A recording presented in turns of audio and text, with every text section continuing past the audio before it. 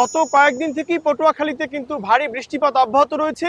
এরই ধারাবাহিকতায় আজ বিকেল ৩টা পর্যন্ত গত ২৪ ঘন্টায় ৮২.৪ মিলিমিটার বৃষ্টিপাত রেকর্ড করেছে আবহাওয়া অধিদপ্তর।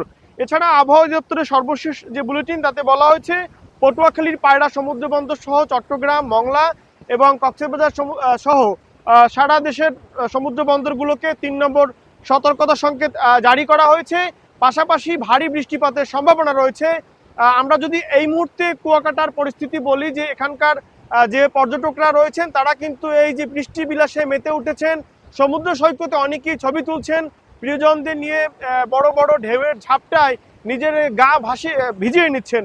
একটি বিষয় হচ্ছে যে কুয়াকাটা সহ পুরো দক্ষিণাঞ্চলে কিন্তু প্রচণ্ড বৃষ্টি এবং ঝড়ো বাতাসের কারণে এখানকার মানুষের স্বাভাবিক জীবনযাত্রা ব্যাহত হচ্ছে। আমরা একটু দেখানোর চেষ্টা করি যে অনেকেই ছবি তুলছেন, সেলফি তুলছেন বা বৃষ্টি উপভোগ করছেন।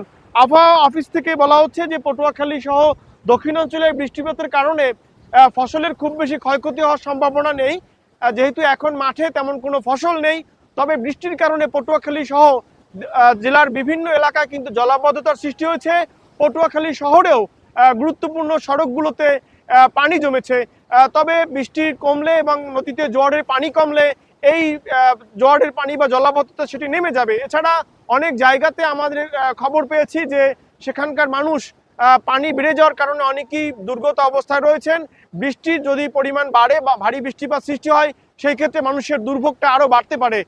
পটুয়াখালীর কুয়াকাটা সমুদ্র সৈকত থেকে আমার কাছে এই ছিল সর্বশেষ।